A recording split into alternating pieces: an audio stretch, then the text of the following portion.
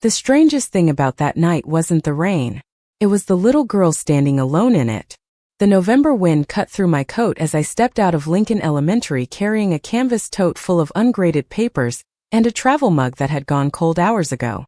It was almost 9 p.m., and downtown Hartford looked like a watercolor painting somebody had left out in the storm. Streetlights glowed through sheets of rain. Storefront reflections shimmered across the pavement. Every sensible person was already home. I should have been home too. Instead, I was thinking about overdue bills, next month's rent, and whether the check from my weekend tutoring job would clear before Friday. My name is Emily Carter, and at 27 years old, I had become an expert at surviving one paycheck at a time. The crosswalk signal flashed white.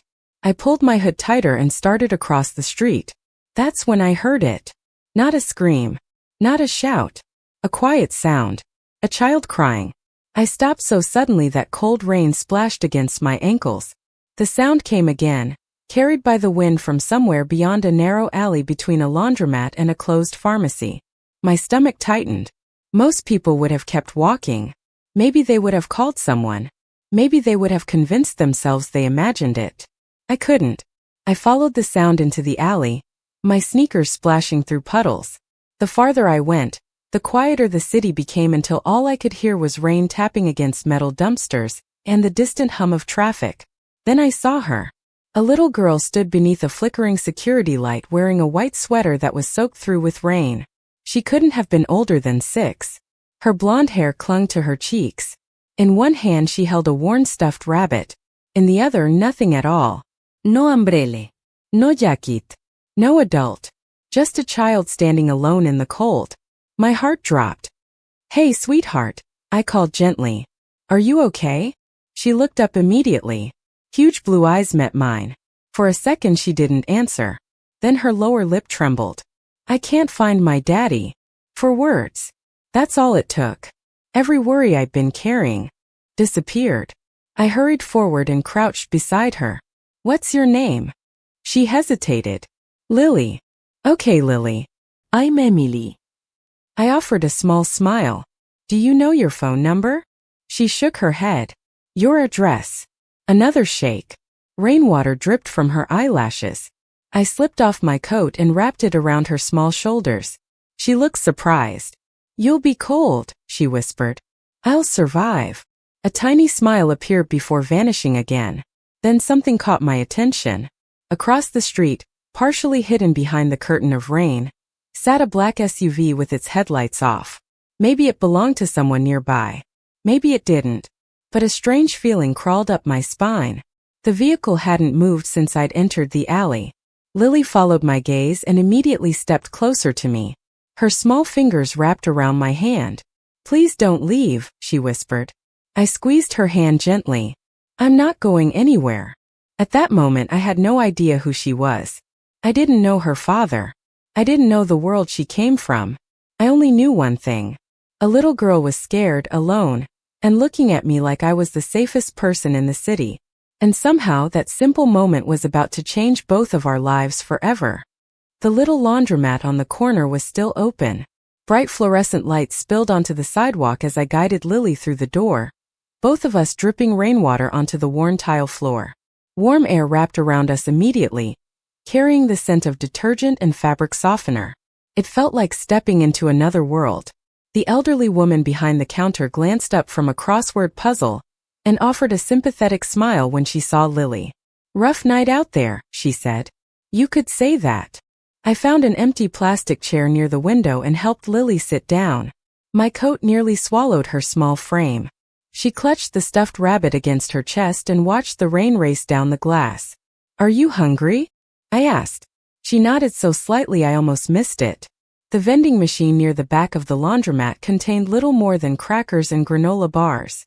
I bought both. Lily accepted the crackers with careful hands, as if she had been taught perfect manners from the day she was born. Something about that struck me. Most children her age would have torn into the package immediately. Lily opened it slowly and quietly thanked me before taking a bite. "Your daddy is probably looking everywhere for you right now," I said gently. Her blue eyes dropped toward the floor. "He always finds me." The answer should have sounded comforting. Instead, something about the way she said it made my stomach tighten. I glanced outside again. The black SUV was still there, parked across the street, motionless. Rain streamed across its dark windows. Maybe it was nothing. Maybe I was being paranoid. Still, I reached for my phone and considered calling the police. Before I could unlock the screen, the laundromat door opened. A gust of cold air swept inside. Every instinct in my body went alert. 3 men entered. They wore dark coats and carried themselves with the quiet confidence of people accustomed to being obeyed. Not threatening. Not loud. Just intensely focused. The elderly woman behind the counter immediately sat straighter. The tallest of the 3 scanned the room. His gaze landed on Lily. Everything changed. Relief crossed his face so quickly I almost thought I imagined it. "Miss Lily," he said softly. Lily froze. Her fingers tightened around the stuffed rabbit. Then she surprised me. Instead of running toward the man, she slid closer to me. The man noticed. So did the other 2. For several seconds nobody spoke. Rain tapped against the windows. Washing machines hummed in the background. Then the tallest man pressed a finger to his ear, as if listening to someone through an earpiece. His expression shifted. Respect replaced urgency. He stepped aside immediately. The laundromat door opened again. This time the entire room seemed to hold its breath. A man stepped inside wearing a black overcoat darkened by rain. He was tall, broad-shouldered, and carried himself with effortless authority. Not the kind that demanded attention.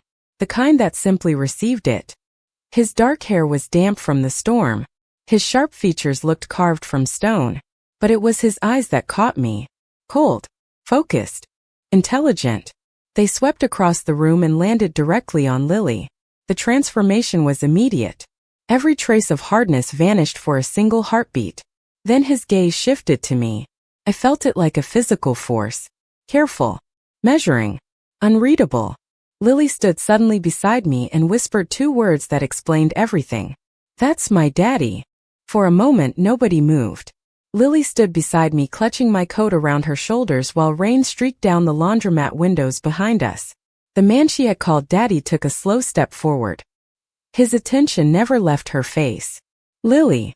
His voice was calm, deep, and controlled. Not angry. Not frightened. Just steady. The little girl stared at him for several seconds before running across the room. He knelt immediately and opened his arms.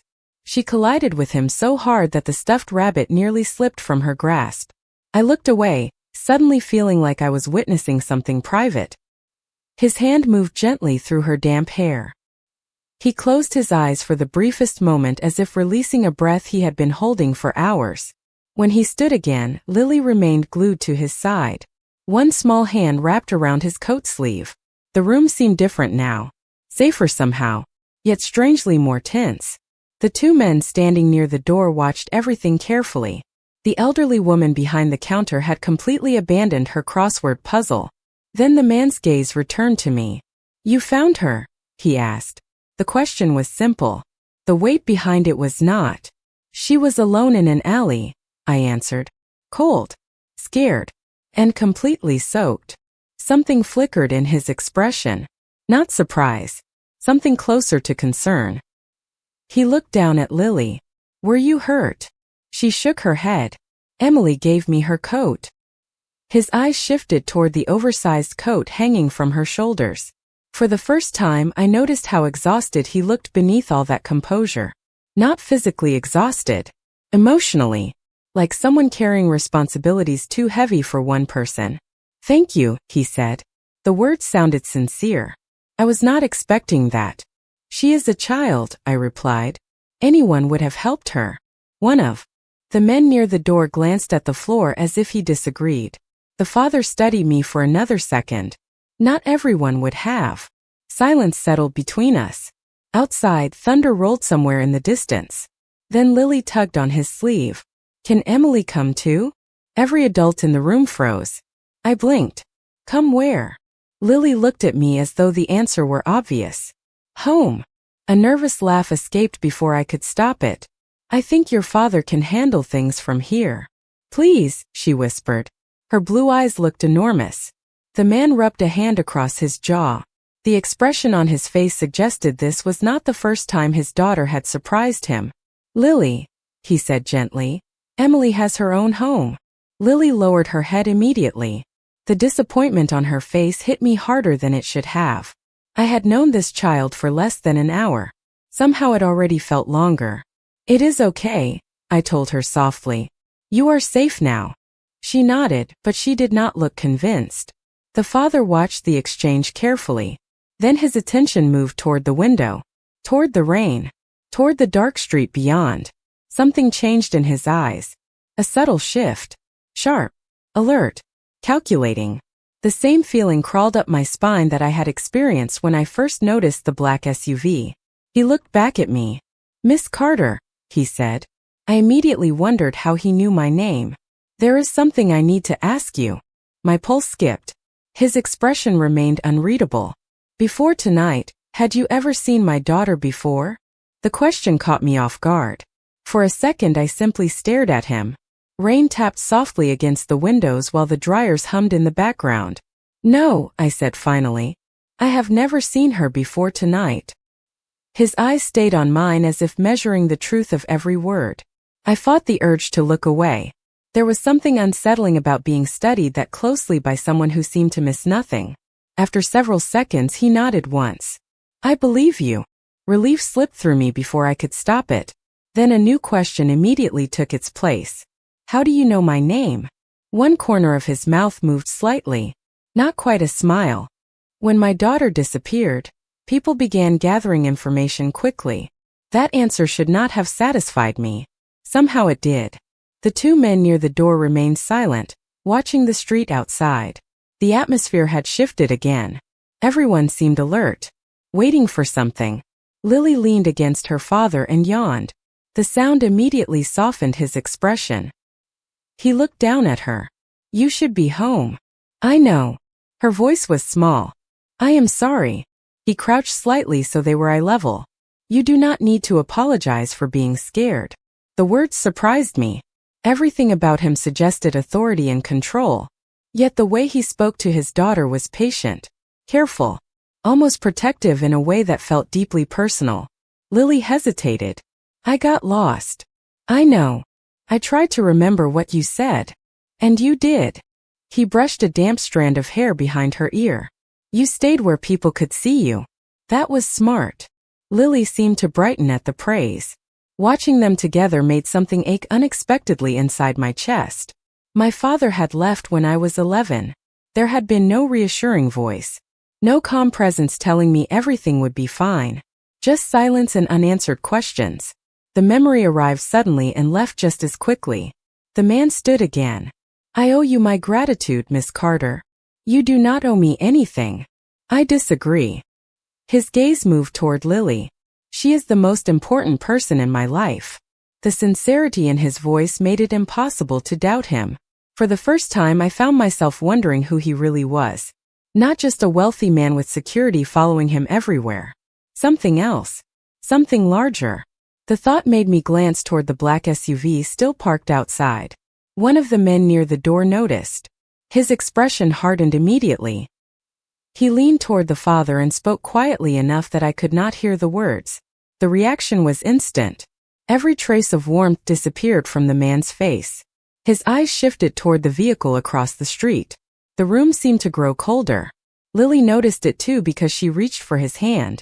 He squeezed hers reassuringly. Then he looked at me. "Miss Carter, I need to ask another favor." My pulse quickened. "What kind of favor?" He glanced toward the rain-soaked street beyond the glass. "I do not think it would be wise for you to walk home alone tonight." Before I could answer, the black SUV's headlights suddenly turned on. Every person in the laundromat went still. And for the first time since meeting Lily, I realized that whatever world her father belonged to had just followed him here. My first instinct was to tell him no.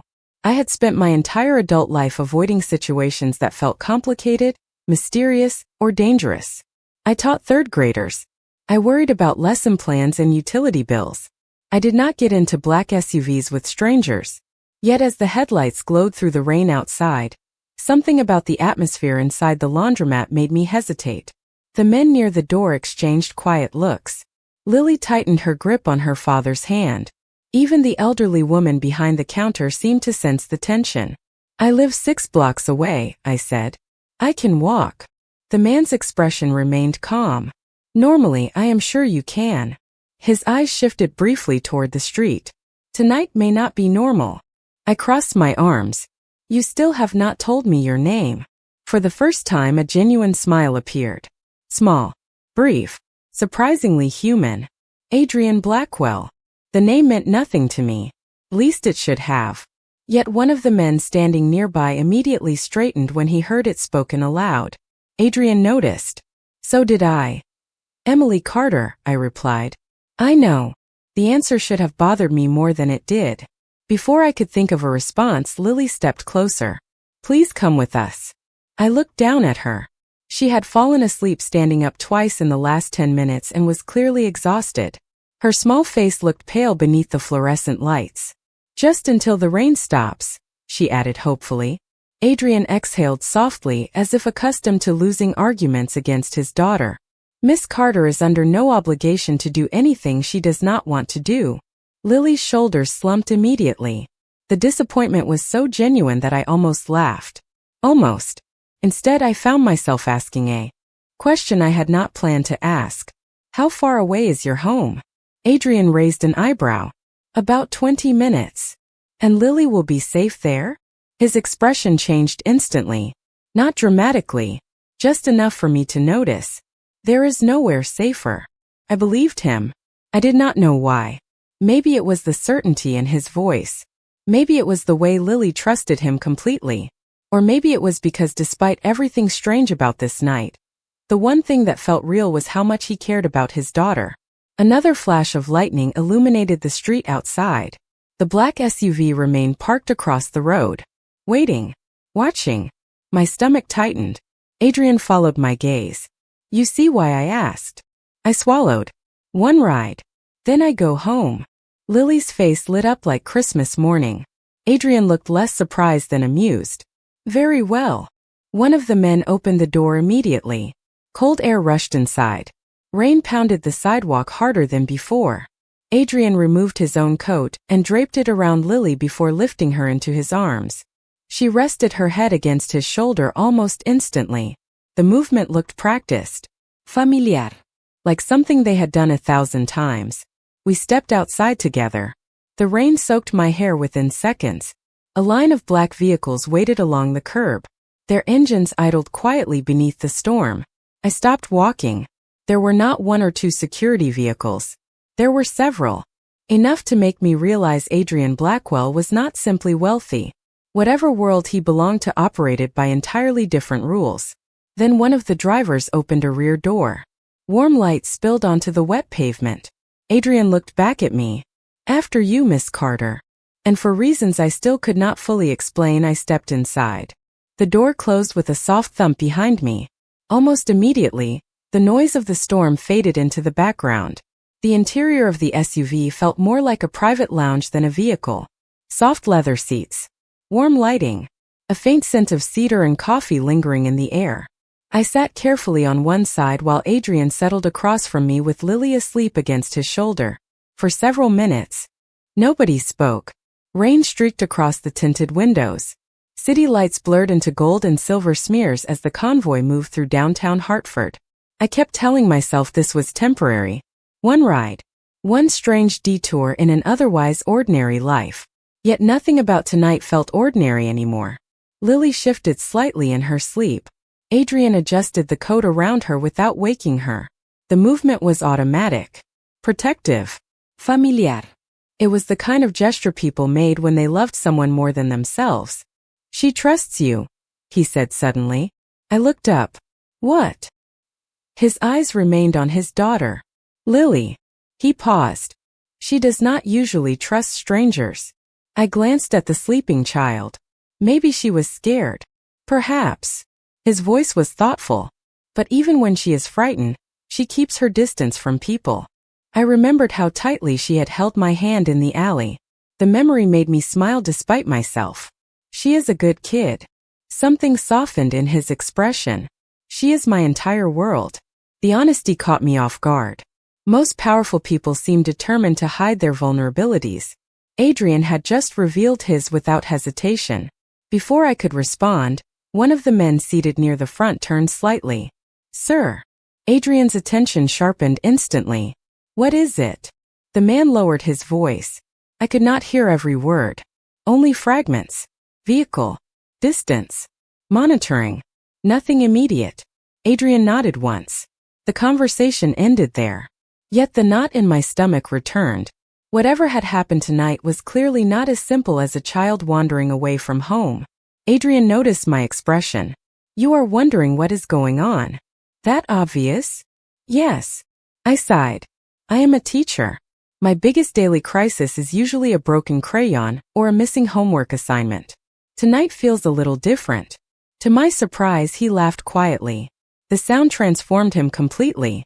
For the first time, he looked less like an untouchable figure surrounded by security, and more like a normal man carrying too many responsibilities. "That is probably for the best," he said. "The simpler your life, the happier it tends to be. Coming from experience." His gaze drifted toward the rain outside. "Something like that." Silence settled again. Comfortable this time. Then Lily stirred. Her eyes blinked open slowly. Confusion crossed her face before recognition replaced it. "Emily," she whispered. "I am right here." She smiled immediately. A sleepy, genuine smile. Then she reached into the pocket of her sweater and pulled out something small. "For you." I accepted it carefully. It was a silver charm shaped like a tiny rabbit. No bigger than a quarter. "Lily, I cannot take this." "You have to." Her voice remained sleepy but determined. "It is my lucky one." I stared at the charm resting in my palm. For reasons I could not explain, emotion tightened my throat. Before I could answer, the convoy turned through a pair of massive iron gates. Beyond them, lights illuminated a sprawling estate stretching across the darkness. And suddenly I realized I was about to step into Adrian Blackwell's world for the very first time. The estate looked less like a home and more like something pulled from the pages of an architectural magazine. Warm lights glowed through towering windows. Stone pathways curved through perfectly maintained gardens despite the storm. As the SUV rolled beneath a covered entrance, I found myself staring upward. "This is where you live?" I asked quietly. Lily giggled from beside me. "It is bigger during Christmas." Adrian shook his head with what looked suspiciously like amusement. The vehicle came to a stop. Almost immediately, several staff members appeared beneath the covered entrance carrying umbrellas. One woman hurried forward the moment the door opened. She looked to be in her late 50s with silver hair and kind eyes.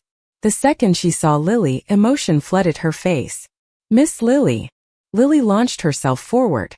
The woman embraced her carefully before stepping back to inspect her from head to toe. "You gave us quite a scare." "I am sorry, Margaret." The woman smiled despite herself. "We will discuss that tomorrow." Then her attention shifted to me. Curiosity flickered across her features. "And who is this?" Before I could answer, Lily slipped her hand into mine. "This is Emily. She saved me." The statement seemed to affect everyone standing nearby. Several staff members exchanged glances. Margaret's expression softened immediately. "Then we owe you a great deal of gratitude." Embarrassment warmed my face. "I just helped." Adrian stepped forward. "Please have tea brought to the library." Margaret nodded. "Of course."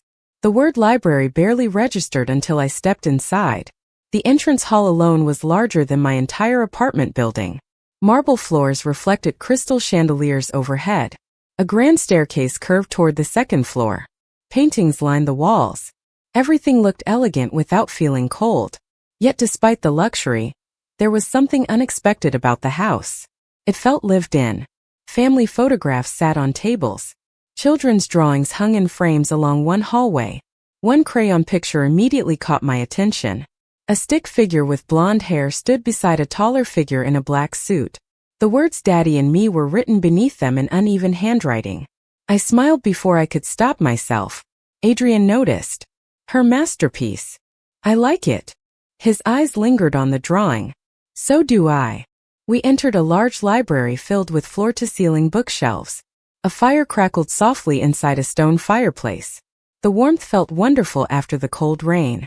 Lily immediately climbed onto a couch and curled beneath a blanket someone had apparently prepared for her in advance. Within minutes her eyes were drifting closed again. Margaret returned carrying a tray with tea and sandwiches. "Miss Carter, you must be starving." Only then did I realize she was right. I had skipped dinner entirely. As I reached for a cup, something caught my eye near the fireplace. A framed photograph. The image showed Adrian standing beside a woman with blonde hair and bright blue eyes. Between them stood a much younger Lily. The resemblance was unmistakable. "Your wife?" I asked before thinking. The room grew noticeably quieter. Adrian's gaze moved toward the photograph. For several seconds he did not answer. When he finally spoke, his voice carried a softness I had not heard before. "Lily's mother." Something in the way he said it told me. There was a story behind that answer. A story filled with loss. Before I could apologize for asking, Lily's sleepy voice drifted across the room. "Emily." "Yes." Her eyes were already half closed. "Will you come back tomorrow?" And judging by the look that crossed Adrian Blackwell's face, that question surprised him even more than it surprised me. For a moment, nobody answered Lily's question. The fire crackled softly inside the library while rain tapped against the tall windows. I looked from Lily to Adrian and back again. The little girl was fighting sleep with everything she had. Her blue eyes kept drifting shut only to snap open again a second later. "That depends," I said carefully. "Do you usually invite strangers into your life this quickly?" Lily smiled. "You are not a stranger anymore." The simple certainty in her voice made something tighten in my chest. Across the room, Adrian watched the exchange in silence. His expression remained unreadable, but I noticed the slight relaxation in his shoulders. It was the first time since entering the estate that he seemed even remotely at ease. Margaret stepped forward and gently adjusted the blanket around Lily. "Miss Carter may have responsibilities tomorrow." He admitted. 26 third graders who become very creative when left unsupervised. Lily giggled sleepily. "You teach kids?" "Every day." "Can I see your classroom?" Before I could answer, a yawn interrupted her sentence. The poor child looked exhausted.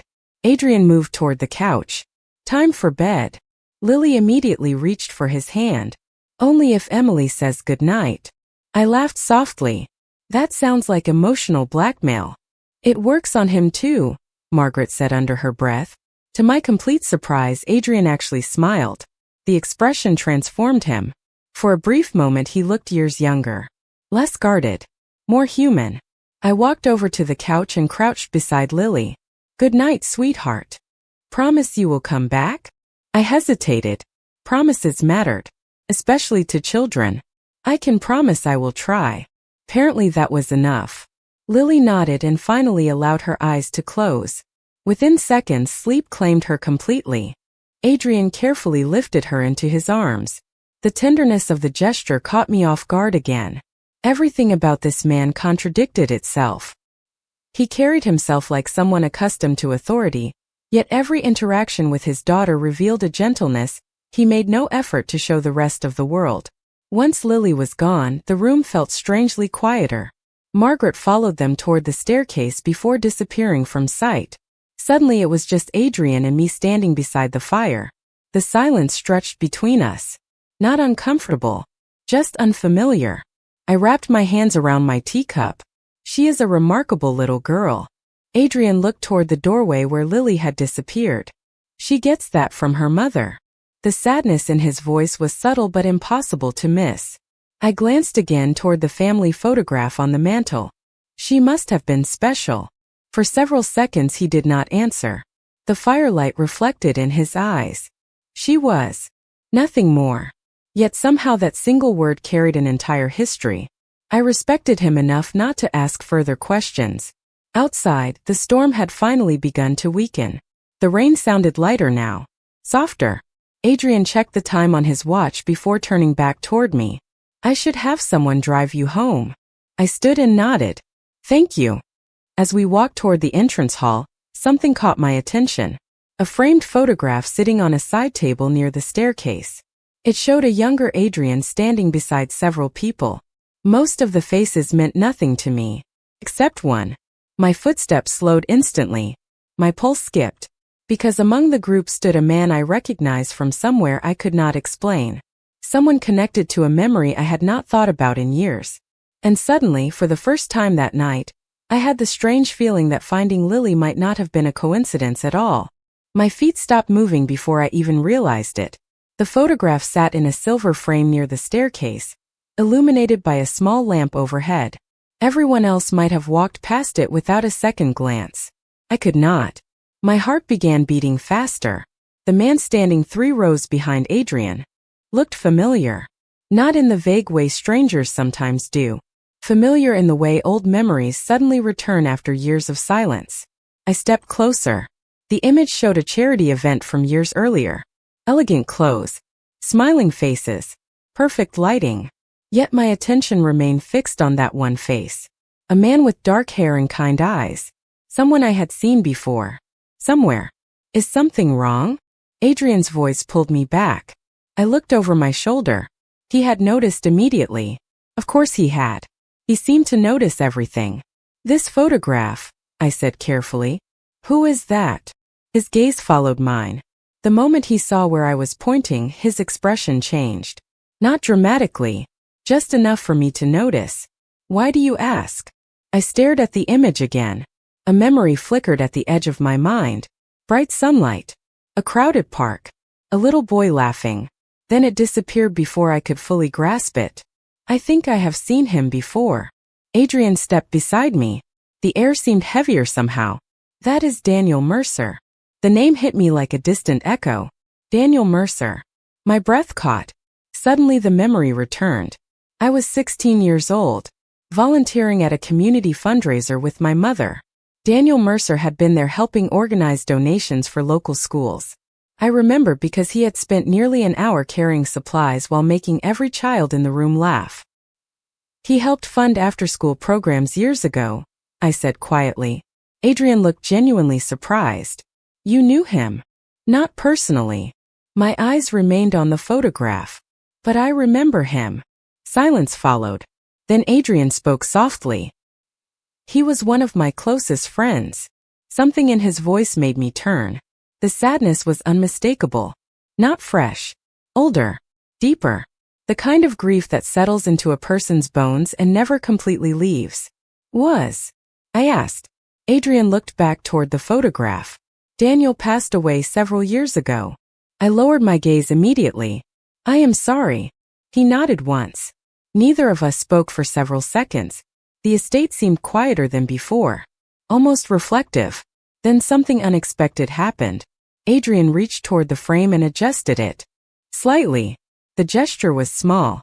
Yet it revealed more about him than any conversation we had shared all evening. People only do that when someone still matters. When memories still matter. He believed every person deserved a second chance, Adrian said. Even when nobody else did. I smiled faintly. Then I think I would have liked him. Adrian studied me for a moment. I think he would have liked you too. The honesty in his voice caught me completely off guard. Before I could respond, headlights swept briefly across the front windows. My ride had arrived. Reality returned all at once. My classroom. My apartment. My normal life waiting beyond these walls. Adrian glanced toward the entrance hall. Your driver is ready. I nodded slowly. Yet for some reason leaving felt more complicated than it should have. As we walked toward the front door, I slipped the small silver rabbit charm into my pocket. A simple gift from a little girl I had met only hours ago. The moment we reached the entrance, Adrian opened the door himself. Cool night air drifted inside. The storm had finally ended. Thank you for helping Lily, he said. I looked back at him. She would have done the same for me. For the first time all night, Adrian smiled without reservation. And somehow, standing beneath the clearing sky, I had the strange feeling that this was not the end of our story. It was only the beginning.